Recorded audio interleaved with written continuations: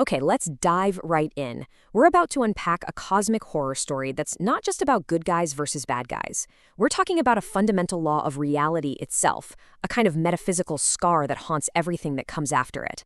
What happens when the very beginning of everything is monstrous? So, this quote, it really gets to the heart of what we're talking about. The prime law of monstrous divinity, it's not just backstory, it's an active, haunting presence.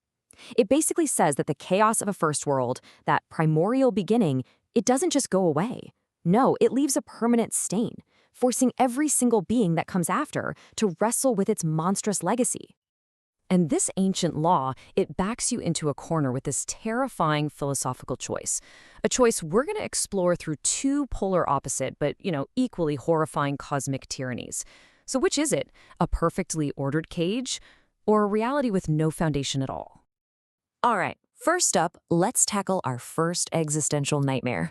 We're going to see how one entity proposes to solve this whole problem of primordial chaos by, well, just getting rid of it entirely.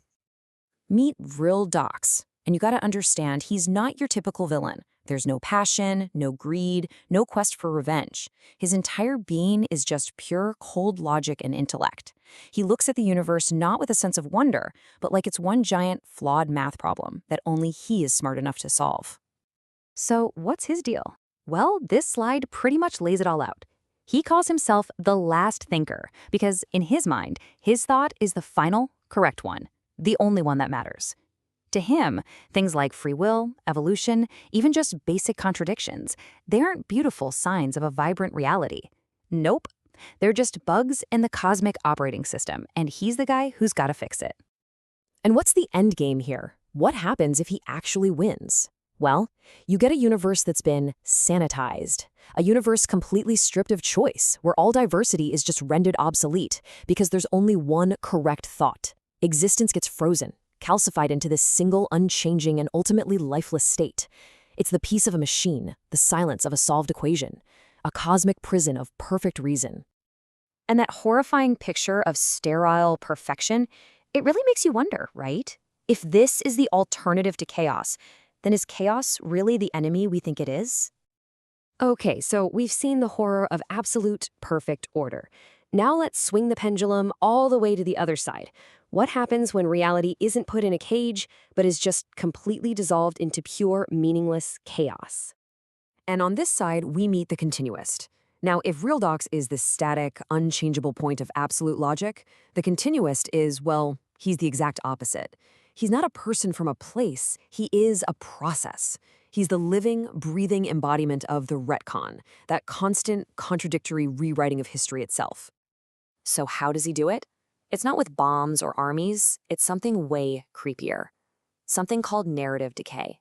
He literally steals a city's shared story.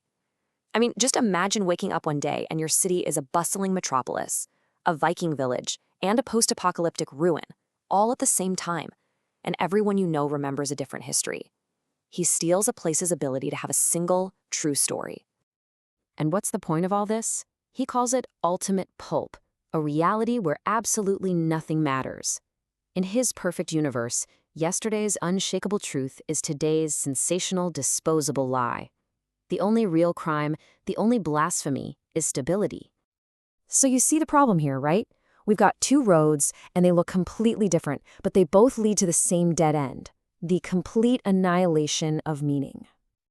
This table just lays it all out so perfectly. It's the unacceptable choice that the prime law's legacy presents us with, clear as day. On one side, you have Real Docs offering a cosmic prison of absolute reason. That's an existence without freedom. And on the other, the continuist offering an infinite pulp of contradictory stories, an existence without truth. So what'll it be, the cage or the abyss? And visually, you can really see the choice, can't you? It's like being asked to choose between a perfect, sterile crystal where nothing can ever grow, or just a chaotic, meaningless ink blot where nothing can ever take shape.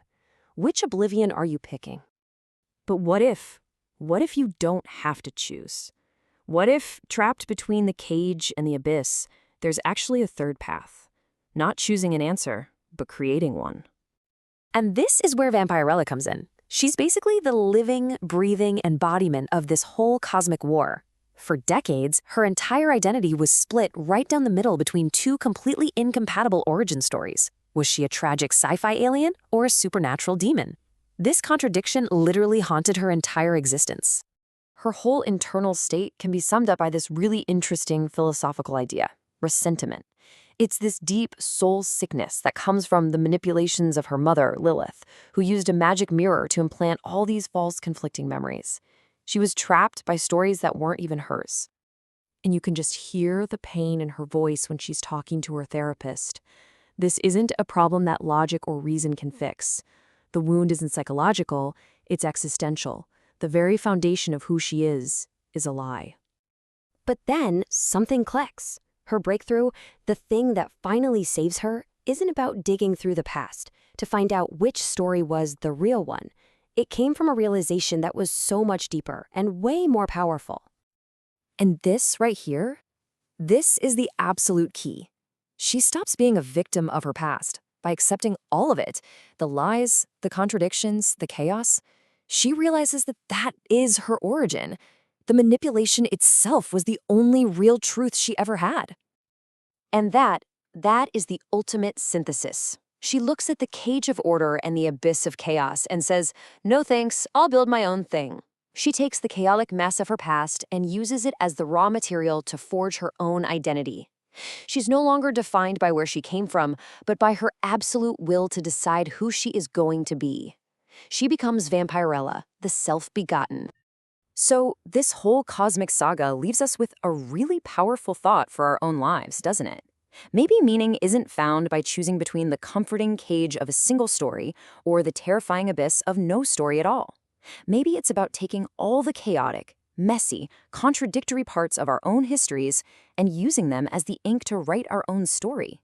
In a world full of competing narratives, what does it mean to truly write your own?